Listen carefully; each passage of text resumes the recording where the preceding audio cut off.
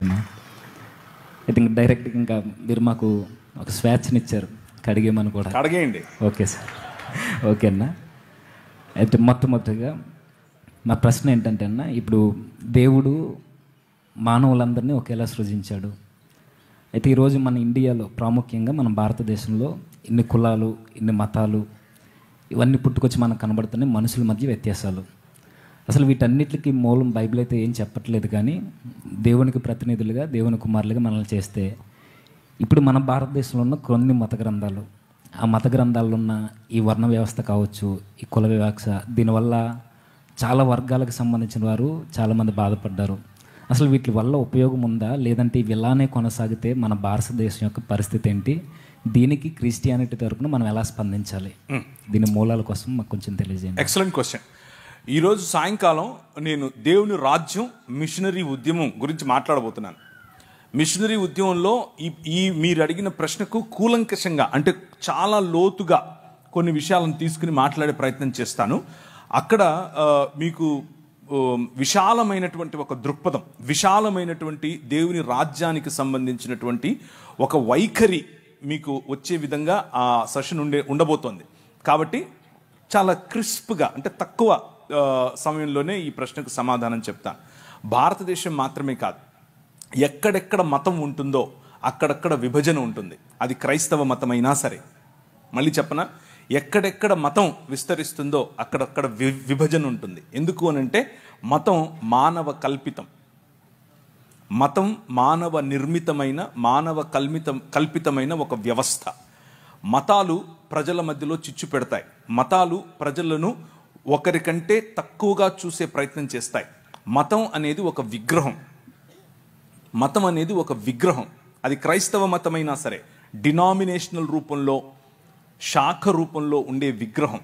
ఆ విగ్రహం ఎదుటి మనిషిని మనిషిగా గుర్తించటానికి, నా శాఖలో లేకపోతే, నా బాటలో లేకపోతే ఆ మనిషి మనిషే కాదు, ఆ మనిషిని నేను ప్రేమించక్కర్లేదు, ఆ మనిషిని నేను దూరం ఉంచాలి అన్నటువంటి వ్యవస్థ మత వ్యవస్థ. ఆ మత వ్యవస్థ భారతదేశంలో మాత్రమే కాదు, ప్రపంచ యావత్తూ ఉంది.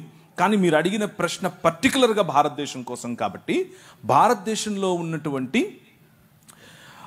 ధర్మము 4 పాదముల మీద నడవాలి అని ఏదైతే చెప్పారో, ఆ 4 పాదములు ఏవో కావు. 1 బ్రాహ్మణుడు, 2 క్షత్రియుడు, 3 శూద్రుడు, వైశ్యుడు, శూద్రుడు. ఈ 4 పాదాల మీద నిలబడి ఉండటమే ధర్మం. అదే సనాతనం. సనాతనానికి, కుల వ్యవస్థకు వేరు వేరు అర్థాలు లేవు, రెండు ఒకటే.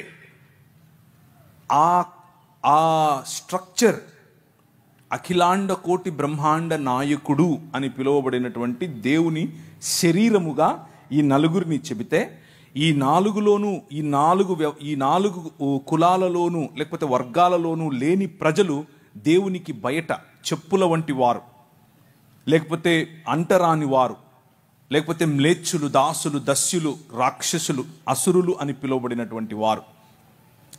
సో ఈ ధర్మమును పాటించని వారందరూ కూడా మ్లేచ్చులు, దాసులు, దస్యులు వగేరా వగేరా వగేరాగా చెప్పబడి బలవంతంగా మనిషిని ఆ ధర్మంలోనికి, ఆ మతంలోనికి దేవుళ్లను సైతం, పండుగలను సైతం మత మార్పిడి చేయగలిగినటువంటి ఏకైక వ్యవస్థ మన భారతదేశంలోనే ఉంది.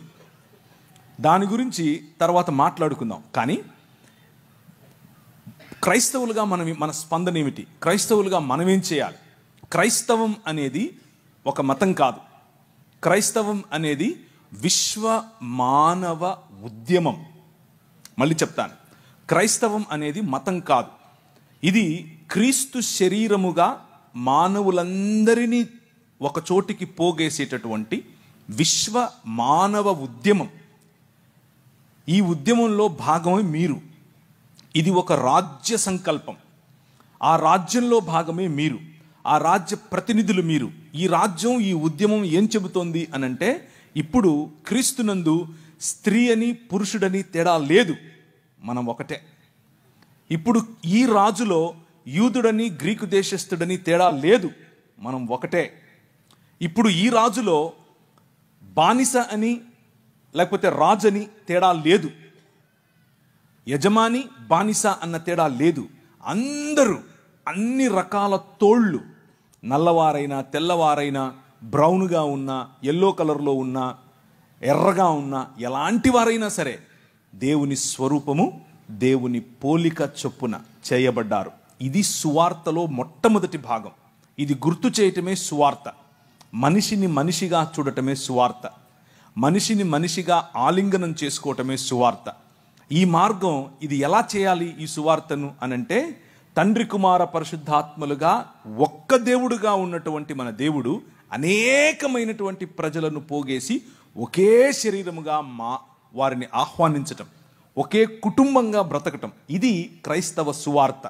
ఇది ఎలా సాధ్యం అనంటే, ప్రభు అయిన యేసు క్రీస్తు ఒక మనిషిగా ఎలా బ్రతకాలో, ఒక మనిషి పాపరహితుడై, ఒక మనిషి మతరహితుడై, ఒక మనిషి కులరహితుడై అందరి కోసం ఒకే సమానమైనటువంటి పంక్తి భోజనం కూర్చోపెట్టి వారితో మాట్లాడుతూ చెప్పిన మాట ఏమిటి అంటే, అంధకార సంబంధమైన దురాత్మ సమూహములను జయించిన తర్వాత, వాటికి ముళ్ళుగా ఉన్నటువంటి మరణాన్ని జయించిన తర్వాత, నేను ఏ మార్గాన్ని అయితే చూపిస్తున్నానో, ప్రేమ, క్షమ, పంచి ఇవ్వటం, అందరి కోసం పాటుపడటం, ఇలాంటి ఒక సమాజాన్ని నేను నిర్మిస్తాను.